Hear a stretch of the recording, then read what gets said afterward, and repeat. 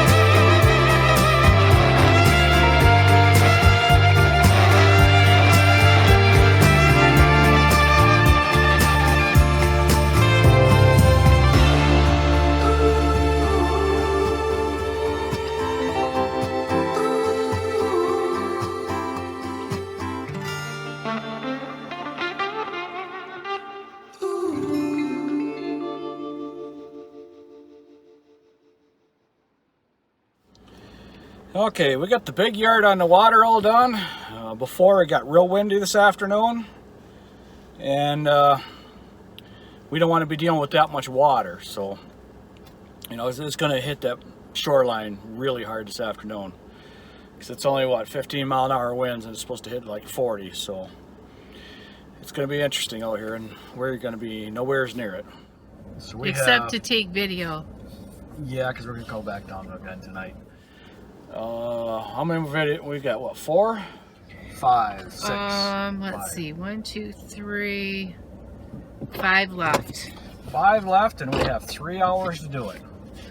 Or actually 2.5 hours. Actually, we may be able to get her done. If we don't do no talking, we might be able to get her done. It's gonna be close. So we're just about done with the yards, and I don't know if we're still gonna fit them all in before it starts raining on us or not, but it's getting pretty dark on us and sprinkling every now and then. But now it is time for Vicky's question of the day. My question today is, since our days are getting shorter and we're losing daylight, how many people out there has lights on their lawnmowers?